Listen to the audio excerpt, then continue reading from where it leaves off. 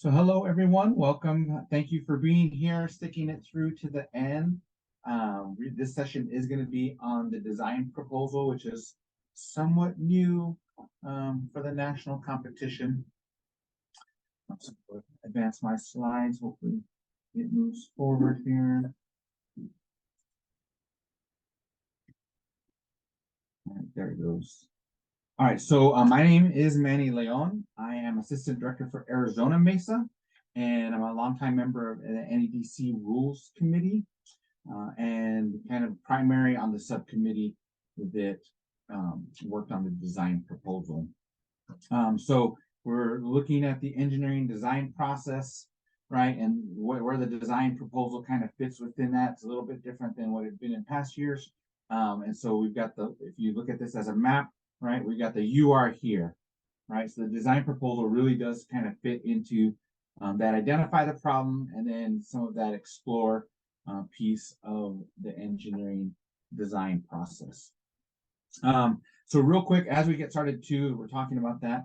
If you could just in the chat, let me know. I want to get an idea of kind of who's in the room, so you can let me know state if you've done NEDC before and if you've already reviewed these specs. So just quickly in there in the chat, I'll get a feel for where we're at. I'm also going to put a link to a Jamboard into the chat. So if you have questions about what we're doing today, you can dump them in there, and then I can come back to them. Or if I don't get to your question, if you want to leave your name and email in your question, I can get back to you afterwards. So I'm going to go ahead and dump that Jamboard link in the chat there. And yeah, just against where you're from, if you've done NEDC before, you've had teams kind of participate at the state level, and if you've had a chance to review the specs. Thank you. All right. The next slide. All right, so when we're talking about the design proposal, right, the biggest questions are always saying, what is it, right? Why do we have it? And that's hopefully I'll be able to give you a good idea of that throughout this presentation today. So the design proposal, especially for this year, we really designed it to have students share with the judges, with the committee members, with whoever's viewing their project, the why, the who, and the what part of the project, right? So students will be sharing the inspiration for the project. And ideally, right, the word proposal kind of shares with us is convincing the reader of the proposal to support the project, right? So if this may be something that students would submit to, in the Mesa context, right? Maybe you have multiple teams doing the NEDC. They all want to be the team that represents your school at the national level. Maybe you use the design proposal to decide which team has the best project moving, to date. Or you may use it to, if you have your one team that's doing the NEDC proposal, you may use it to say, all right, am I ready to put resources toward this project to buy you the materials you have or get you stuff out of my materials bin to start actually building something. You might use the design proposal, see has the team done their due diligence to this point, covered their basis to move the project forward into the design phase. So that's kind of what we thought about with this new version of what used to be the design brief and the design proposal. Great, thanks again for sharing in the chat. Appreciate that. So when we think about the design proposal and the way it looks in this year's event, right, what's changed, right? So before it was called the design brief, right? And it was an overview of the whole project. There were 12 different parts of the template that they had to fill in, which included an abstract, the impact both the students saw for the user, but for themselves, the status of the project, where it's at currently, a reflection piece, so students can reflect like what their experience was like with the project. And then we asked students to share a graphic of the final prototype, right? For this year, with the design proposal, it's really just an overview of that ideation phase, right? So the research that they did, how they selected things. So it's got 7 different parts. It's really focused on having students share the inequity that they're looking at, to share the research that they did to identify that inequity, the research they did on identifying who will be the primary user for their project, how that inequity affects the user, what are the user's needs, and then when talking about the design itself, really they're just giving us that initial design sketch, right? So again, just that ideation phase. Share us what is the inspiration, the motivation behind the project, and then your initial idea of how you want to address that inequity.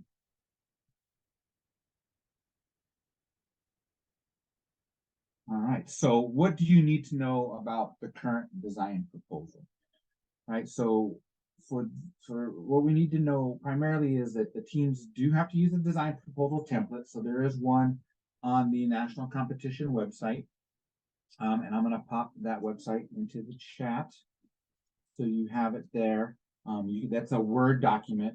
But so the students can work on it, Word. There's also a Google Doc. We could probably share that as well. But when teams are ready to submit their template for either the state competition or the national competition, it does have to be PDF. Students would obviously work on it and then save as a PDF and submit that. So just keep that in mind that it is required that it is submitted as a PDF. You should note that each of the 7 parts, the 7 sections within the template does have a word limit. And again, that design sketch should be the initial design. So it may not be a CAD drawing, it may be hand drawn. It's not the final prototype, right? So what they submit, the design proposal, may not resemble at all what's on the poster, what they're showing during their presentations. It should be their initial idea, right? And hopefully it's evolved and changed once you see it like on the poster and they're talking about it in their presentation pitch or their technical pitch, and during the poster symposium.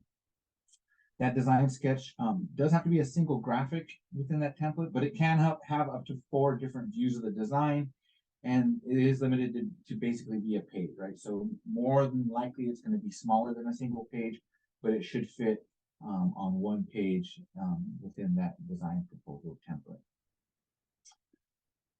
So that's that. I know I'm moving kind of quick. We'll probably end up having a long time. So I'm going to take a peek real quick at the Jamboard just to see if there's anything I should address on there before I move forward. And we play around with some ideas. So, because I really do want, we can talk about the proposal, but I want to give folks an opportunity to engage with a design proposal and kind of, as you're thinking about how do I look at what my students are producing, right? How do I guide my students? It's good to have kind of examples of what we're doing. Okay. So no questions just yet. So either I'm doing really great or people are still just taking it all in. So what we're going to do next, we're going to do a little activity. I have about 3 different sample proposals. Now these were taken. One is a sample, the official sample that we're using for the competition. Again, that's also on the website. And so Kurt put, what is NEDC? So hopefully if you're here, you've heard we use NEDC a lot, but it does stand for the National Engineering Design Challenge. So that's our Mesa USA national competition that's shared across the states. So I know you got a laughing emoji there, Kurt, but there are some of you folks in the room and they may be like, you keep throwing that around, just to make sure we're making that concrete connection there. So these proposals were pulled from past projects, right? They're not necessarily good or bad. They also were not, the information that I pulled them from weren't catered toward the proposal and the template that we're using, right? So they may or may not fit. That's okay. But I wanted to give you guys a chance to read through them. And then I've got a checklist, right? Some quick answers, right? So this is not the rubric. We're not scoring proposals, but I have some questions that I would suggest, you as a teacher or that students themselves could ask themselves these questions, right? And the idea would be that once you've read through these questions, you should answer yes to all of them. If you've answered yes to all of them, then okay, that project's probably ready to move forward into the further design, further build stage of the national competition. And so what we'll do is I'll give you the link to the samples, and I'll get to that right now.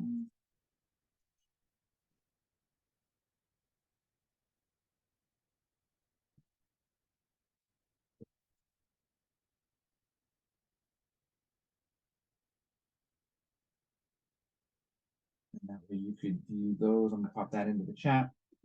So there's 3 design proposal samples in there. And as far as the questions you're gonna ask yourself, so take a few minutes, review them. You're going to ask these questions, right? Number 1, does the project clearly identify an inequity to be addressed, right? They might hint around it, but we really want to understand, like, do you as a reader know exactly what the inequity is that they want to address? Does the proposal clearly identify who the primary users of the project were going to be? And does it clearly identify what their needs are, right? Do they really know who they're serving and what would best help these users? Number 3, does the proposal include a specific list of goals for the project? So now they've identified inequity, they know who they're going to serve with it and what the needs are. Now they've created a list of goals based on that information for their project, right? And then the proposed solution that they have, does it address that inequity and does it meet those user needs, right? So they set their goals, they've come up with an idea. Does the idea fit with what they've said? Number 5, does it have a coding element that is an essential part of the design, right? That's a big part of the national competition specs, is that a coding element has to be at the heart of the design the students bring to competition. And then number 6 is just kind of a, like that check-in with yourself, or, how do you feel about it? If you were personally funding this project, would you, right? Would you be like, wow, this is amazing. I'm writing you guys a check because I believe in this project that much. And so these are kind of like these 6 questions, again, not specifically tied to the rubric. These are just maybe things to kind of help vet projects as they're kind of going through this stage. So those are your 6 questions. I'm going to give you, let's start with 5 minutes to read through the proposals, ask yourself these questions, and then we'll come back and I'll ask you to share your thoughts on what you were seeing. So before we jump into that piece and we kind of set the 5-minute timer, are there any questions? I know I always go way too fast. So this is my chance to take a break and see if you all have any questions that you want to ask. Yes, Katya. Hello. So for question number 6, are you looking for an answer as in why should this project be funded, or more just, I guess I'm wondering like what specifically, why ask that question, number 6. It's kind of, it's the idea is, right, like if you're going to have these students build this project and bring it to competition, right? That's one thing. So this is kind of that check-in, like the idea is that if students are coming to a MESA Day or coming to a national competition, right, these would be projects that we like truly believe in, right? Because the projects they're asking students to do are real world projects. They're addressing real world problems, right? So that's kind of just like that initial check-in. It's like, is this something I would support, right? And if you wouldn't support it, then why would you want your students to move forward with that project and continue working on it? Right. So it's more to keep that real world application in mind. Yeah, exactly. Cool. Exactly. And again, it's part of that, it's like there's a, oh yeah, it meets all the check boxes for the national competition, right? But does it feel right also? Do you feel like, yes, this is a project that's worthy of moving forward, that I truly believe in, kind of thing? Because I think there's always times where someone can build something to the specs, but it's just not quite there as far in terms of the meaningfulness of the project. So that's a part of it as well. Thanks for that question. All right, so we'll go ahead and give everybody 5 minutes. And then when you're ready, come on back. You can give me a thumbs up.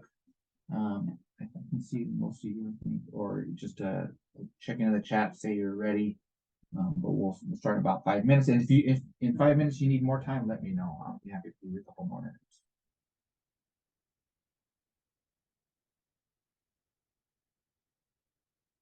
Oops, too early.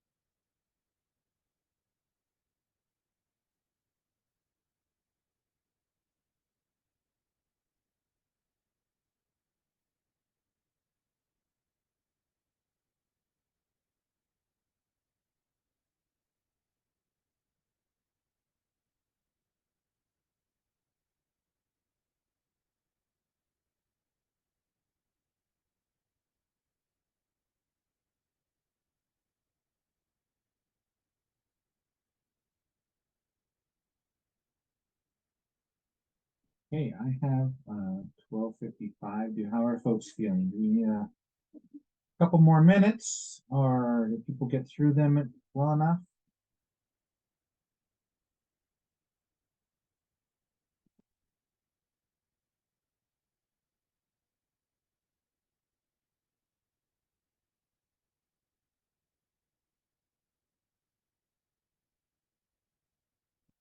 Uh, I think folks might need a couple more minutes, so I'm gonna go ahead and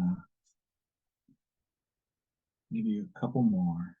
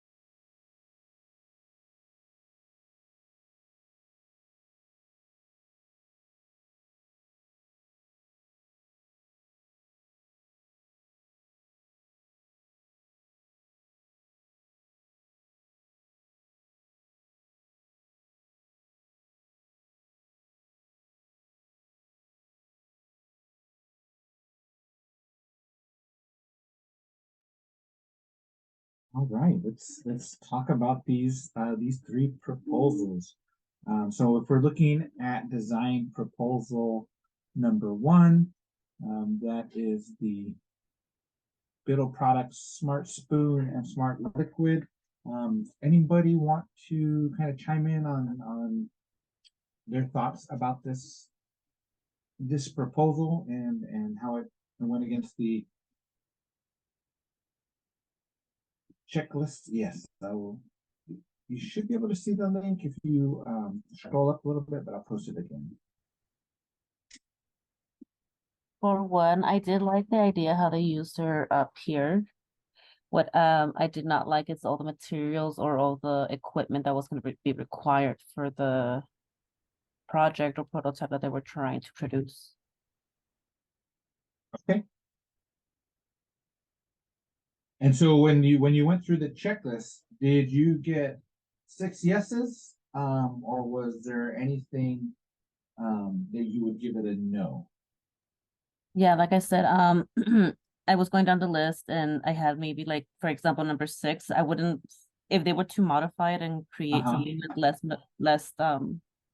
less equipment or less, because I saw that it was like 2 items. Like if it was instead of 2, it was just 1. I think that would Sure. be, I would fund that if that was Okay, me. Yeah. great. All right. Thanks. Anyone else have thoughts on proposal one?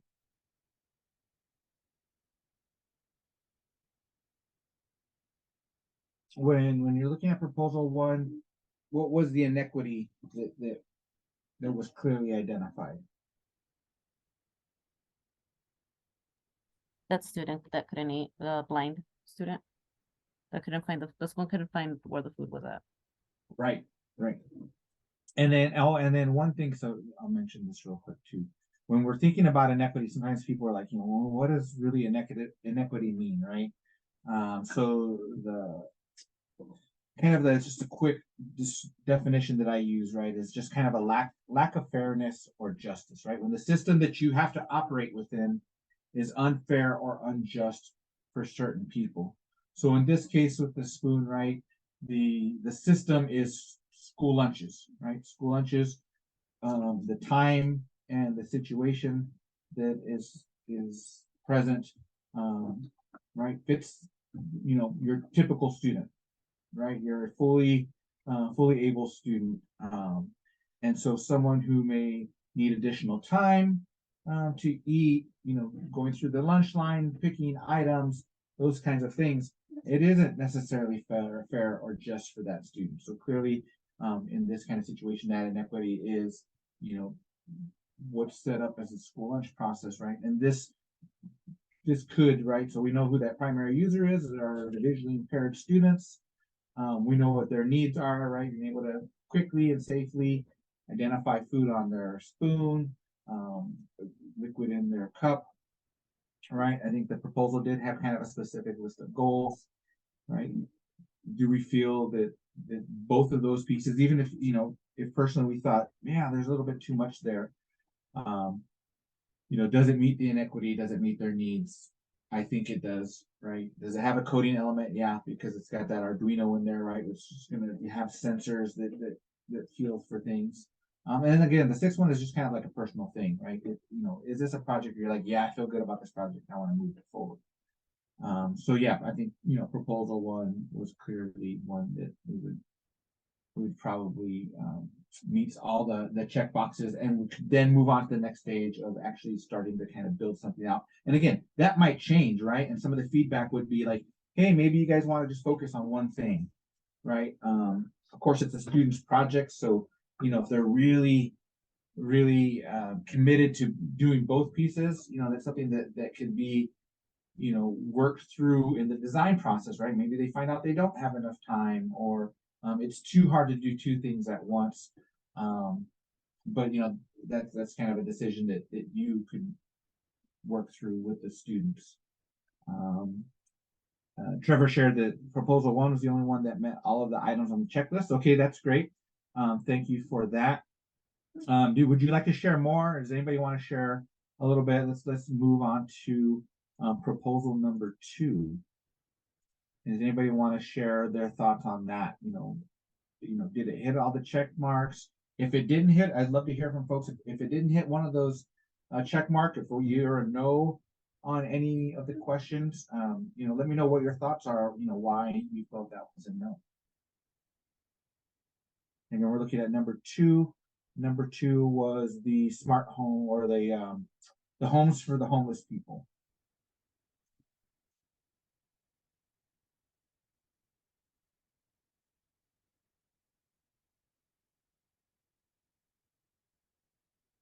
Yeah, missing the coding element.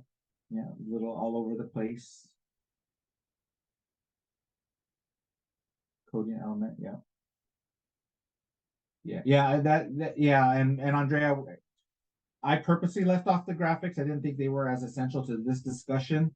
And so again, we're not looking at this from a kind of like, did it meet the rubrics standpoint, or did it meet the specs? But is it kind of hitting like those key elements that we would want to see in the proposal?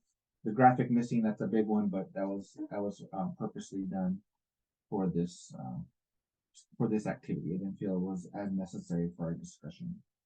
For me, I thought that it might not necessarily be like with number 1 where they're drawing a picture of the spoon in the cup, but maybe some of the information that they're using to base it off of could be put into a graphic form or a chart. Potentially, yeah. I think charts may be a little bit difficult. That's more probably appropriate for a poster, right? Where this is really kind of quick text information about their project and kind of the, but yeah, if they find a way to kind of share some data, right? That's really important. Sharing some of the data, right?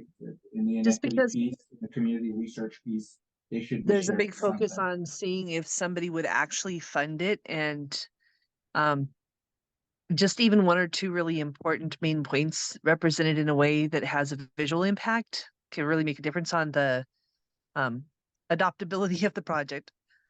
Sure. Yeah, Manny, I was in the room one for the first workshop on the technical pitch. So maybe the whole thing about the UN goals and targets are in my mind here, but I really liked how proposal one specifically mentioned those and described Right. those. But proposals 2 and 3 really didn't align right straight to the specific goal or target that they were looking at as far as the UN goals. Mm-hmm. They didn't mention Right, that. and the goals, right, can help kind of provide clarity for those inequities, right? What is that inequity? You know, is it inequity that can be broad, right? That's a part of it too. It's like, all right, I'm like with the first one, we're helping this one of our classmates who's visually impaired, but obviously the project itself could apply to visually impaired people across you know, the world, right? Whether it's within schools or other situations where they may have limited time, or just just trying to eat in public spaces, right? And feeling more comfortable and creating a more inclusive experience for visually impaired people when sharing meals with others in public spaces. Too many items identified. Not focusing enough on a single issue, homelessness tied to all stated items, writing share. That's true, and that's okay. So that's a good point, right? We want students to be succinct, but we also want students to show that they understand the problem in depth, right? So there may be times when they're talking about the inequity or when they talk about their research where they're providing context, right? And listing all these things is okay, because then when you go down to their proposed solution, right?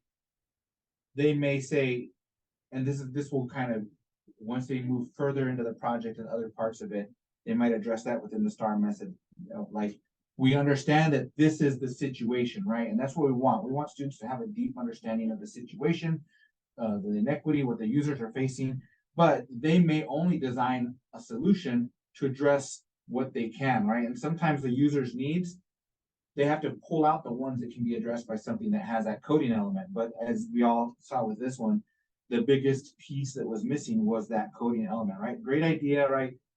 Homelessness is an inequity, right? The lack of housing for all individuals is a gap in the system, right? It's an unjust part of the system that we live in, right? The primary users are the people facing homelessness. So, you know, those are yeses. Maybe we want them to be a little bit clearer on that, but as far as kind of like, is it a yes? Sure. Does it have a list of specific goals? Kinda, right? But I think that's one of those areas where students, they could have given us more, right? So you may say, oh, you need to go back and really like work through these goals a little bit more. I want to see some more concrete things, right? And then with the solution, does it meet, does it address the inequity? I think, you know, it does. Did it meet some of the user needs? Sure. But then of course that big glaring one, right, is, does it have the coding element? No, I don't see that part here. And then again, that personally finds like, potentially, right, this has potential, this project, but there would definitely need to be more done. And again, so ideally with the proposal, we're catching these kinds of projects before they're into a design stage and kind of doing multiple iterations. We're catching them and making sure that this is a project kind of worthy of moving forward within the national competition. And so we've got about 6 more minutes, so we'll quickly go to number 3. And I'm curious if anybody has any thoughts on the third one. Yeah, Manny, question ties into number 3 and number 1. They both mentioned about using Arduino. Is that enough, or should there be more description about the coding elements related to this? Or can we just assume that since they're using Arduino, that it's going to have coding elements? Right. I think the fact that it says Arduino, right, that's enough, right? As you as a teacher, right? Again, this is all before they even start building anything, right? So the students may have some initial ideas when it comes to the design proposal. This is just the first stages. So students may have their design proposal completely finished in January, right? And that's what they're going to submit, but the project is going to continue beyond the design proposal up until Mesa Day, right? When they submit the other pieces. So yeah, that's enough, right? It's got to be that they have to have coding at the heart of their project. Whether they're going to in-depth detail on how they're going to use it for this piece, they might have an idea of how they're going to use it, and that's probably enough, right? That they can put a description in their proposed solution to say, you know, how they would probably want to do a little bit more, right? How does the Arduino work? What is it looking for as far as, are there triggers that would actuate those things? They probably want to put a little bit more. But again, this may not reflect the final project at all. This is just their first idea, but they should have a pretty good idea of what they want to do with that coding element. But they should definitely have that coding element there, right? It's not something you kind of force in towards the end of the project to meet the specification, right? It has to be part of that initial design. Good question though. Other thoughts about this one before we move on to the kind of the last piece of my presentation?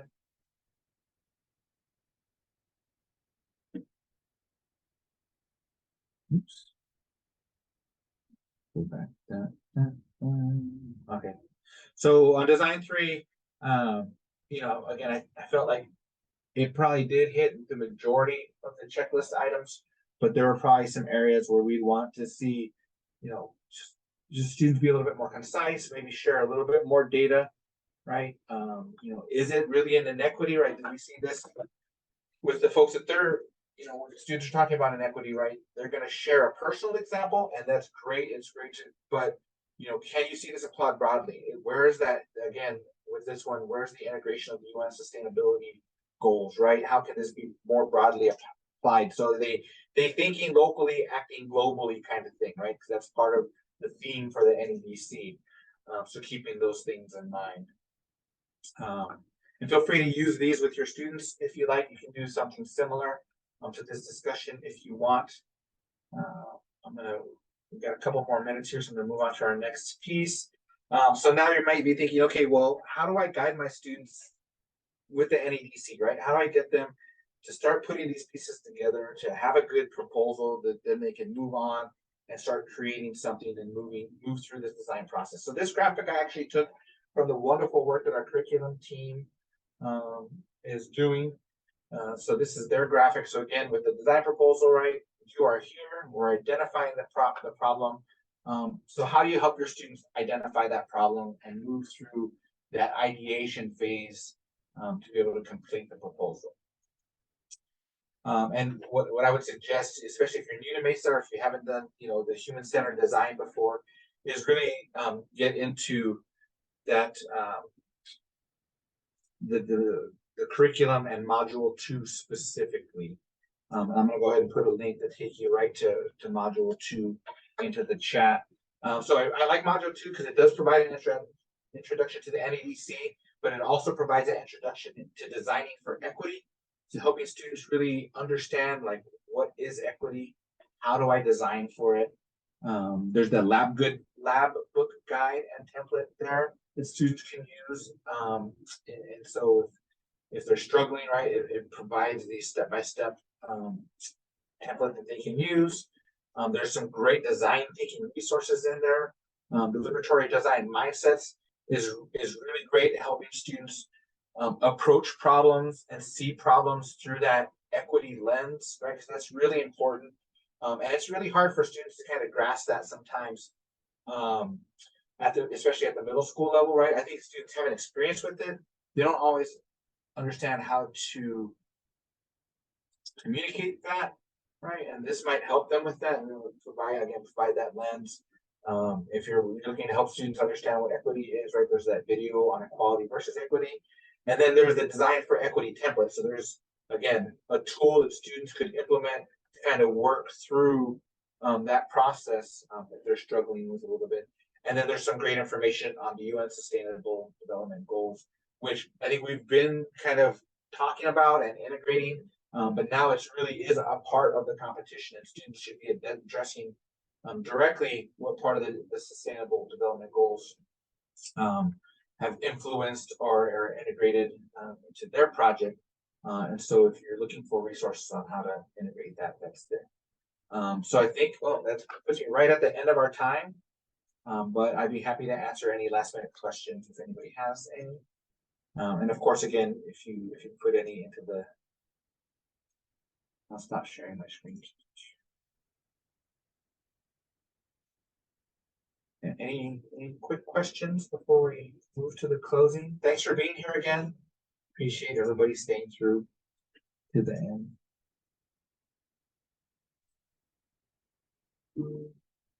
Thank you so much, everyone. I know it's 12:15. Was the feedback this? Yes, the feedback. Thank you. Oh, don't forget your feedback. I'm gonna put that link. It was in. I mean, I stopped sharing my slides too soon. But the link is in the chat. Thank you so much.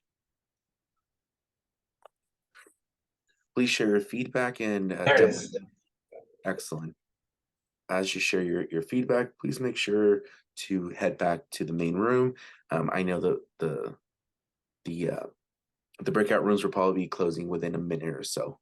And thank you again for joining us, and thank you so much, Manny. Yeah, no problem. Thanks everyone for being here.